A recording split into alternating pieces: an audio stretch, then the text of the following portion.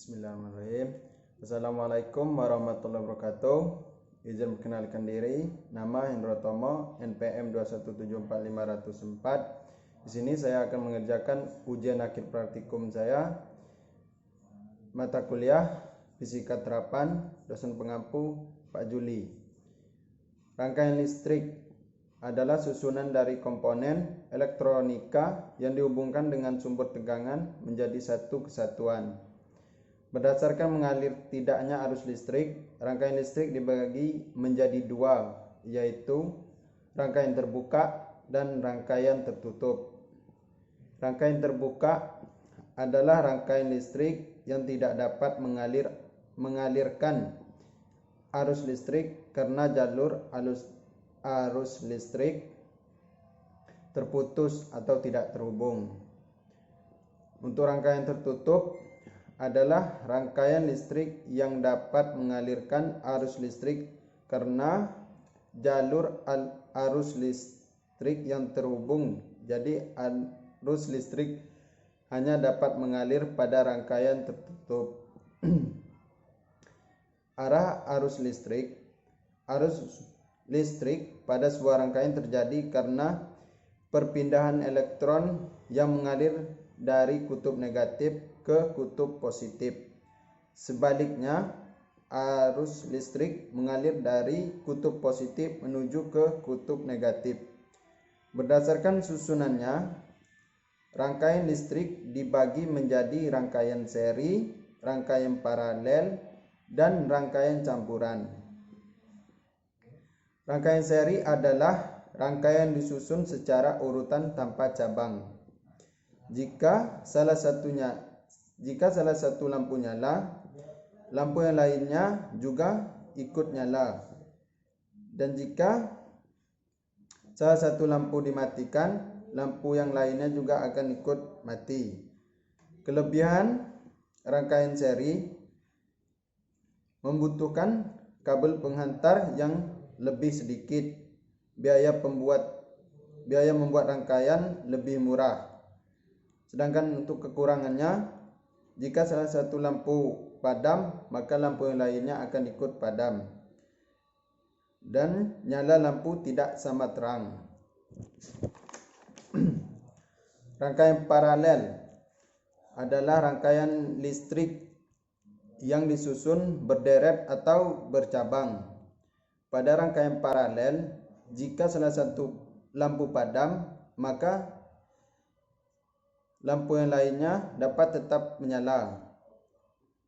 Kelebihan rangkaian paralel, jika salah satu lampu padam, lampu yang lain tetap menyala. Nyala lampu sama terang, dan untuk kekurangannya membutuhkan kabel penghantar yang lebih banyak.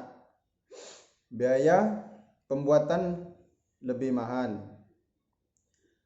Sedangkan rangkaian campuran adalah rangkaian listrik gabungan dari rangkaian listrik seri dan rangkaian listrik paralel. Pengertian dinamika air laut. Dinamika perairan laut adalah segala perubahan dan pergerakan yang terjadi di lautan yang meliputi intensitas sinar matahari, suhu, salinitas, densitas, warna laut, dan gerakan air laut. Dinamika perairan laut adalah pergerakan air laut yang ada di samudra, baik yang massa airnya diam di tempat maupun berpindah tempat.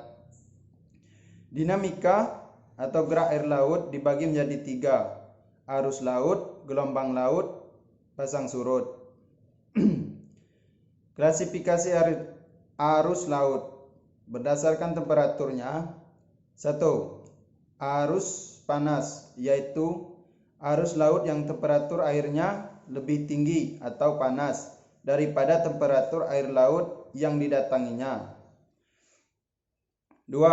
Arus dingin, yaitu arus laut yang temperatur airnya lebih rendah atau dingin daripada temperatur air laut yang didatanginya. Berdasarkan letaknya. 1. Arus atau arus permukaan, yaitu arus yang bergerak di permukaan laut.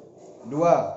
Arus dasar atau arus bawah, yaitu arus yang bergerak di bawah permukaan laut berpotensi menjadi upwelling.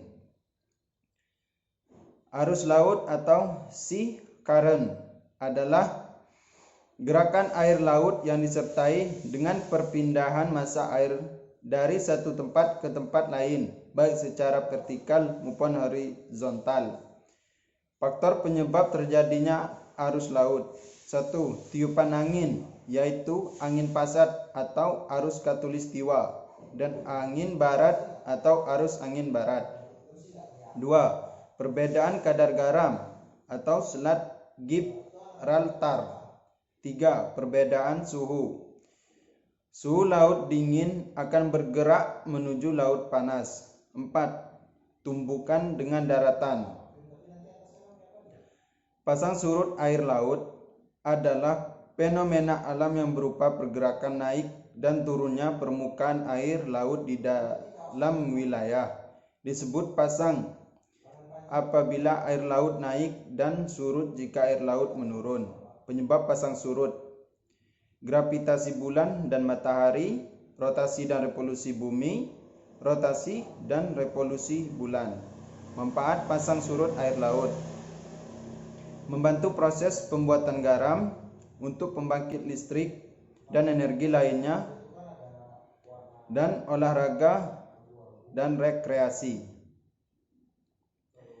Air laut di dunia. Manfaat arus laut: 1. Mempengaruhi kondisi iklim suatu tempat. 2. Dipertemukan arus panas dan dingin kaya akan ikan.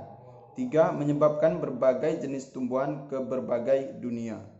4. Arus memiliki energi potensial untuk dimanfaatkan sebagai pembangkit listrik murah. 5. Bagi karang, arus laut merupakan pengantar makanan binatang karang.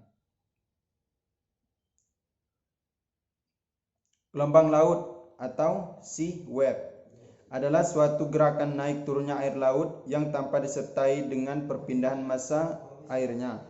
Faktor penyebabnya adalah tiupan angin, adanya gempa bumi laut, gravitasi bulan dan matahari, kedalaman dasar laut, adanya kapal yang lewat.